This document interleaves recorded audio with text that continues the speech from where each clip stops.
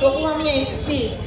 আমি বাইরে ছিলাম, এসছি। আমি সত্যি খুব নিজেকে খুব গর্ববোধ করছি, কারণ আজকে যে জাগো বাংলা সবাই মিলে আজকে 25টা ওয়ার্ডের মধ্যে সব 25টা ওয়ার্ডের লোকজন নিয়ে তৃণমূল যারা করে তাদেরকে নিয়ে যে রক্তদান শিবির করেছে, এটা সত্যি খুব গর্বের।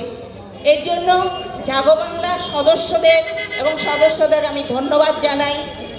এবং পুরনো যে কর্মী আমাদের আছে, আমাদের যে আগে আমরা কংগ্রেস থেকে তৃণমূলে এসেছি, কিন্তু যারা তৃণমূল প্রথম থেকেই করছে তাদের যে সম্বর্ধনা দেবে, এটা সত্যি একটা ঐতিহাসিক ব্যাপার। যে এই মানসিকতাটা এই আজকের দিনে যে রক্তদান শিবিরে করবে, এটা সত্যি খুব মহানুভবতার পরিচয়।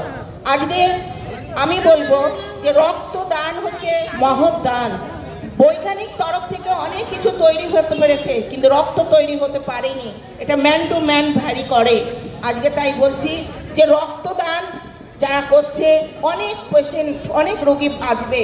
যার জন্য আমি বলবো রক্তদান সেরা দান।